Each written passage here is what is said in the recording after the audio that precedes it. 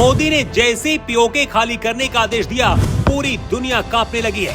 कहते सही वक्त पर ही वार करना चाहिए और गर्म लोहे पर ही चोट करनी चाहिए, और अब मोदी ने वही कर दिया है।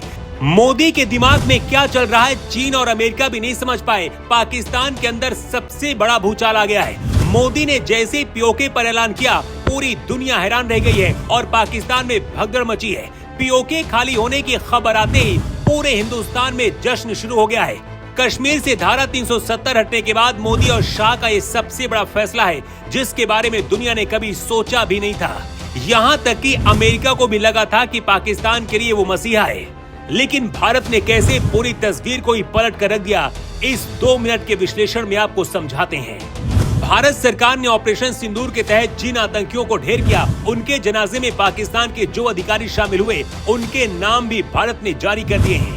भारत ने दुनिया को बता दिया है कि अगर पाकिस्तान खुद को बेगुनाह बता रहा है, तो फिर इस तस्वीर के क्या मायने हैं, जिसमें पाकिस्तान के सरकारी अधिकारी ही आतंकियों के जनाजे में आंसू बहा रहे हैं। अब इस तस्वीर को देखिए, जिसमें लाहौर कॉर्प्स के commander lieutenant general Fayaz Hussain Shah, Lahore की 11वीं इन्फेंट्री डिवीजन के major general Rao Imran Sartaj, brigadier Mohammad Furqan Shabbir, Pakistan के पंजाब प्रांत के inspector general doctor Usman Anwar और पंजाब सांसद मल शोएब अहमद को देखा जा सकता है, जो आतंकियों के जनाजे में शामिल हुए। पाकिस्तान की पोल खोलते हुए भारतीय सेना की कर्नल सोफिया कुरैशी ने प्रेस ब्रीफिंग में बताया था कि पाकिस्तान दावा कर रहा है कि उसने हमारे सैन्य ठिकानों का नुकसान किया है, लेकिन सच ये है कि भारत का एक भी ठिकाना प्रभावित नहीं हुआ है। उल्टा भारत ने पाकिस्तान के 4 एयरबेस को तबाह कर दिया है। पाकिस्तानी सेना प्रमुख असीम मुनीर जिस राह पर हैं, 5 दशक पहले पाक सेना प्रमुख जनरल जियाउल हक ने 1977 और 1988 के अपने शासन में पाकिस्तान में इस्लामीकरण को बढ़ावा दिया था। पाकिस्तान में शरिया कानून लागू किया, मदरसों को प्रोत्साहित किया और कट्टरपंथी विचारधारा को सेना और समाज में फैलाया। अब उसी राह पर पाकिस्तान की सेना के प्रमुख असीम मुनीर है, जो पाकिस्तान में कट्टरता को बढ़ावा देकर ये कहते हैं कि मुसलमान और हिंदू एक नहीं होते, बल्कि अलग अलग हैं। पहलगांव में जो हुआ, उसके पीछे भी असीम मुनीर थे, लेकिन भारत ने घुसकर जब 100 से ज्यादा आतंकी और 50 से ज्यादा पाकिस्तानी सैनिकों को मारा, तो पाकिस्तान इसके बाद भी नहीं सुधरा। लेकिन अब भारत ने पहली बार पाकिस्तान से पीओके खाली करने का आदेश दे दिया है। भारत की तरफ से प्रेस कॉन्फ्रेंस में विदेश मंत्रालय के प्रवक्ता रणधीर जायसवाल ने कहा है कि पाकिस्तान को अवैध रूप से कब्जा किए गए कश्मीर यानी कि पीओके को खाली करना ही करना होगा।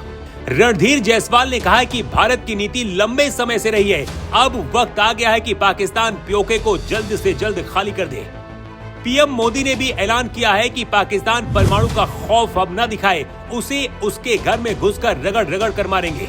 मोदी ने पीओके पर भी अपना रुख साफ किया, लेकिन अब भारत ने आधिकारिक रूप से पाकिस्तान को अल्टीमेटम दे दिया है पीओके खाली करने का। ये खबर फैलती पाकिस्तान में मातम पसर गया है और पूरी दुनिया हैरान है। सवाल ये है कि आखिर भारत ने युद्ध क्यों रोका, तो उसका जवाब है भारत ने बदला ले लिया और अब युद्ध नहीं, भारत ने पीओके लेने का ऐलान कर दिया है। देश के नाम संबोधन में पीएम मोदी ने कहा कि पाकिस्तान के खिलाफ कार्रवाई बंद नहीं हुई, स्थगित की गई है। मतलब पाकिस्तान खुशी से पीओके खाली करता है तो ठीक है, वरना कभी भी किसी भी वक्त पीओके में भारतीय सेना घुसेगी। पीओके पर पहली बार मोदी सरकार ने इतना बड़ा ऐलान करके पाकिस्तान ही नहीं, बल्कि पूरी दुनिया को डरा दिया है। मोदी के दिमाग में क्या चल रहा है, चीन और अमेरिका भी नहीं समझ पाए। अमेरिका को लगा था कि भारत शांत हो गया, लेकिन भारत क्यों शांत हुआ, ये समझ नहीं पाया। अगले 12 घंटे पाकिस्तान पर भारी हैं। उसके बाद पीओके पर फैसले की खबर कभी भी आपको मिल सकती है। हर हिंदुस्तानी चाहता है कि पीओके भारत के नक्शे में शामिल हो, इसलिए मोदी सरकार के ऐलान से पूरे देश में जश्न शुरू हो गया है। अगर आप भी सच्चे हिंदुस्तानी हैं, तो कमेंट में लिखिए भारत माता की जय।